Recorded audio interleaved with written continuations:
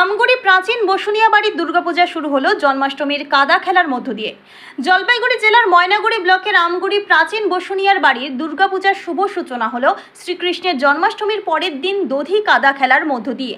বসুনিয়া পরিবার জানান, জন্মাষ্টমীর পরের দিন দধি খেলা হয় বা কাদো খেলা হয়ে থাকে। সেই কাদা দিয়ে দুর্গা মায়ের প্রতিমা তৈরি করা হয় এবং এই বসুনিয়া বাড়ির জন্মাষ্টমীর পরদিন থেকেই এক কথায় বলা যায় পূজা শুরু হয়ে যায়। দুর্গাপূজা বসুনিয়া পরিবারের বহু প্রাচীন। তাদের পরিবারের সদস্যের কাছ থেকে জানা যায়, এই বসুনিয়া পরিবার কোচবিহার রাজ আমলের কর্মরত ছিলেন। রাজার থেকে বিতাড়িত হয়ে ফালাকাটা হয়ে বর্তমানের পার্শ্ববর্তী দেশ রংপুর জেলার হয়ে জলপাইগুড়িতে প্রবেশ করে। জলপাইগুড়ির ময়নাগুড়ি ব্লকের আমগুড়ি চাপগড় পরগনায় বসবাস শুরু করতে থাকে।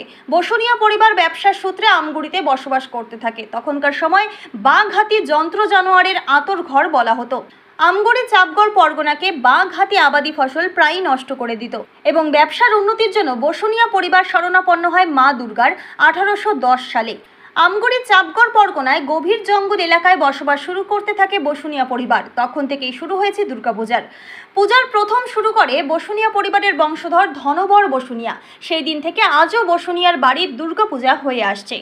বর্তমানে বসুনিয়া বাড়ির দুর্গাপূজা করে আসেন সুনীল কুমার বসুনিয়া। এই দুর্গাপূজাকে ঘিরে বা পূজা দেখতে দূর দূরান্ত থেকে প্রচুর ভক্তগণ উপস্থিত হন।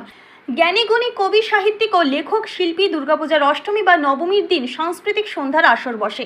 দুর্গাপূজার বিশেষ মাহাত্ম্য হল প্রতিমার গঠন, আকার, মাঙ্গলিক ছাপ নিদর্শন রয়েছে। বর্তমানে কালক্রমে রাজবংশী সমাজের গঠন, আকার, চেহারা, চিত্র তুলে ধরা হয়েছে। বসুনিয়া বাড়ির এই দুর্গাপুজোকে ঘিরে আমগুড়ির সমস্ত স্তরের মানুষ উৎসবে মেতে ওঠে। বিশেষ করে এই দুর্গাপূজা কোচবিহার রাজ আমল থেকে শুরু হয়েছে। প্রাচীন এই দুর্গাপুজো ঘিরে উৎসবে মেতে ওঠে গ্রামের সর্বস্তরের মানুষ। সপ্তমী, অষ্টমী, নবমী, দশমী কোনো অনুষ্ঠান হয়, গান বাজনা? হ্যাঁ, হয়তো প্রোগ্রাম হয়, ভালো লাগে। আচ্ছা, প্রসাদ কি হয়? হ্যাঁ, হয়। এখানে কোনো বাইরে থেকে লোকজন আসে? হ্যাঁ, আসে তো। আমরা এই পুজোটাকে খুবই ভালো লাগে আর খুব আনন্দও করি। তোমার নাম? আমার দুর্গাপূজা এই কাদা খেলাটা আমি ছোটোবেলা থেকেই দেখি বা দেখে আসতেছি। অনেক দিনের পুরনো পূজা। এই কাদা খেলার মাটি দিয়ে দুর্গা প্রতিমা তৈরি হয় এবং সেই দুর্গাপূজা বেশ ভালোই উৎসব হয়। অষ্টমীর দিন, নবমীর দিনে প্রসাদ বিতরণও হয়। গতকাল ছিল জন্মাষ্টমী। সেই জন্মাষ্টমী ছিল এই অধিবাস আমাদের রাজবংশী ভাষায়। আজকে হচ্ছে কাদা খেলা। কাদা খেলার একটা বিশেষত্ব আছে। কাদা খেলাটা অনেকভাবে অনেক ব্যাখ্যা করে। তো এখানকার লোকের যেটা ধারণা, কাদা খেলার পরে যে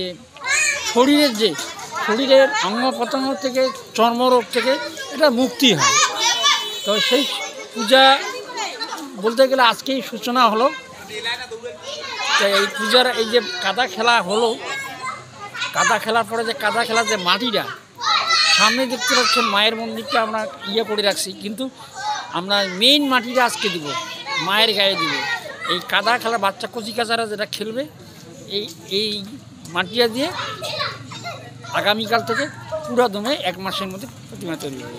আচ্ছা, যেটা বলছেন যে এবার ঘটনা হচ্ছে, যেটা চিরাচরিত এখানকার যারা জনজাতি রাজবংশী কমিউনিটির লোক, এবার এদের যে গড়নটা এখন একটা বিবর্তনের ফলে পরিবর্তন অনেক হয়ে গেছে শরীরের গঠন, কিন্তু এইখানে আগের যেটা রূপ, যেমন হাত পায়ের গড়ন, চোখের পটল চেরার চিহ্ন, টিকালো নাক না, এটা আছে একটা বোচা টাইপের, এবং কাপড় চোপড়টা অস্ত্র সেটা আদিমকালে যেটা হয়ে আসছে জনজাতির যেটা প্রথম, ওইটাকে আমরা ধরে রাখার চেষ্টা করছি। তো এবার যেটা আমার করব, সেটা কাপড় টাপড় পরাবো না, আমরা মাটির কাপড় পরে, ঠিক আছে, যেভাবে একটা গ্রামের গৃহবধূ তাকে অনুকরণ করে আমরা করব। এবার দুর্গাপূজার মধ্যে প্রথমে তো আমাদের মহালয়ার থেকে শুরু হয়ে যায়। তো সেদিন থেকে আমরা সব নিরামিষে থাকি, একদম দশমী অবধি। এবার এইখানে পূজার মধ্যে বোধন হওয়ার পরে যেটা বাঙালি নিয়মে যেটা বোধন হয় সেটা যেটা রাজার হাত ধরে যেটা হয়েছে ওইটাই নিয়মে চলে আসে। এবার এই পূজাটাকে কেন্দ্র করে আমরা প্রথমে করি পূজা, ষষ্ঠী, সপ্তমী, অষ্টমী, নবমী দিন হচ্ছে পূজা, সেটা হচ্ছে মাত্রা পূজা। তার দশমী হচ্ছে যাত্রা পূজা। যাত্রা পূজার কারণ কি? যাত্রা পূজার